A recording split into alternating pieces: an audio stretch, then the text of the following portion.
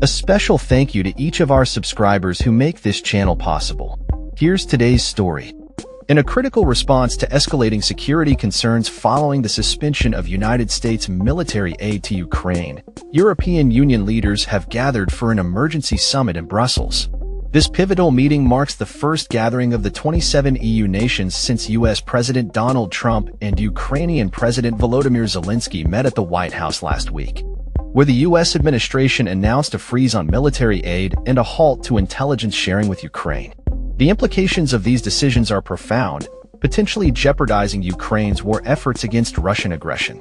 Al Jazeera's Natasha Butler, reporting from Brussels, highlighted the palpable anxiety among EU leaders regarding a possible shift in U.S. support. There's a real fear that the U.S. could step away and leave Europe vulnerable to Russian aggression, she noted.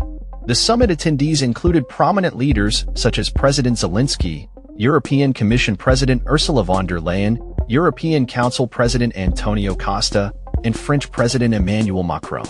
Macron emphasized that Russia poses a significant threat not only to Ukraine but to Europe as a whole, underscoring the urgency for increased European defense capabilities. One of the summit's primary outcomes was a renewed commitment from European leaders to enhance their defense budgets.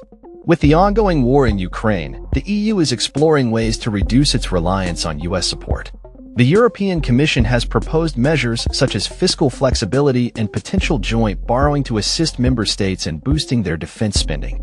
Von der Leyen characterized the situation as a watershed moment, stating, "Europe faces a clear and present danger, and therefore, Europe has to be able to protect itself, to defend itself. We have to put Ukraine in a position to protect itself and to push for lasting and just peace." Hungarian Prime Minister Viktor Orbán echoed this sentiment, advocating for stronger defense capabilities among European nations. Following a meeting with Macron, Orbán expressed on X, "While we may disagree on the modalities of peace, we do agree that we must strengthen the defense capabilities of European nations." Luxembourg Prime Minister Luc Frieden also emphasized the necessity of enhancing Europe's defense capabilities, urging that progress should continue even if some member states are hesitant. Zelensky expressed gratitude for the unwavering support from European leaders, emphasizing that it reassures Ukrainians that they are not fighting alone against Russian aggression. Outgoing German Chancellor Olaf Scholz reiterated the importance of ensuring that Ukraine does not accept a dictated peace, as discussions between Washington and Moscow raised concerns about an unfavorable settlement for Kiev. Scholz insisted on the need for a just and fair peace that guarantees Ukraine's sovereignty and independence. At least 20 countries, primarily from Europe and the Commonwealth, have shown interest in joining a coalition of the willing proposed by UK Prime Minister Keir Starmer, aimed at supporting Ukraine. Starmer indicated that this coalition, which includes nations like Australia, Ireland, Luxembourg, Belgium, and Turkey, would draft plans to provide support in the event of a peace deal. During the summit, Belgian Prime Minister Bart de Wever announced that his country expects to deliver F-16 fighter jets to Ukraine by 2026, although the delivery has been delayed due to a wait for new F-35s. Sweden also committed to sending up to 8 Gripen fighter jets for a NATO mission to secure Polish airspace. A noteworthy moment came when Macron proposed extending France's nuclear deterrence umbrella to other EU nations, an idea that garnered mixed reactions. While some leaders welcomed the initiative, others raised concerns about the complexities of nuclear policy within the EU. Poland and the Baltic nations supported Macron's proposal, while Scholz emphasized the importance of NATO's existing deterrence system.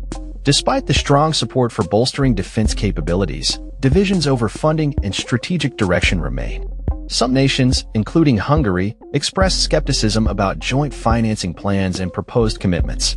Meanwhile, Russia has firmly rejected the idea of European peacekeepers in Ukraine, interpreting it as direct NATO involvement. The Kremlin denounced Macron's warning regarding Russia's threat to Europe as extremely confrontational, with Russian Foreign Minister Sergei Lavrov suggesting that France is contemplating a continuation of the conflict. Samir Puri, a Russia expert at Chatham House, noted the ambiguity surrounding what Russia would consider an acceptable peace. He remarked that Russia's opposition to NATO involvement in peacekeeping efforts indicates a potential smokescreen for their ongoing military objectives. In a separate address, Russian President Vladimir Putin stated that Russia must choose a peace option that ensures its long-term security and sustainable development, asserting, We must choose for ourselves a peace option that will suit us and that will ensure peace for our country in the long term. The summit highlighted Europe's determination to support Ukraine while also revealing ongoing debates about funding and strategic direction. Experts suggest that the coming months will be crucial as EU leaders strive to translate their discussions into concrete actions that will sustain Europe's role in supporting Ukraine and enhancing its own security. Hugh Roberts, a global markets investment specialist, remarked that the Trump administration's shift away from Ukraine has unexpectedly boosted European markets, suggesting that increased military spending could have positive ripple effects for the European economy. Make America Great Again appears to be morphing into Make Europe Great Again, he observed, emphasizing the significant shift in European policy responses to the current security landscape. While the situation remains dire, the summit has underscored Europe's resolve to bolster its defense capabilities and support Ukraine in its ongoing struggle against Russian aggression. That's all for this story. We upload videos every day covering many different subjects, so hit that subscribe button to stay informed. Thanks for watching.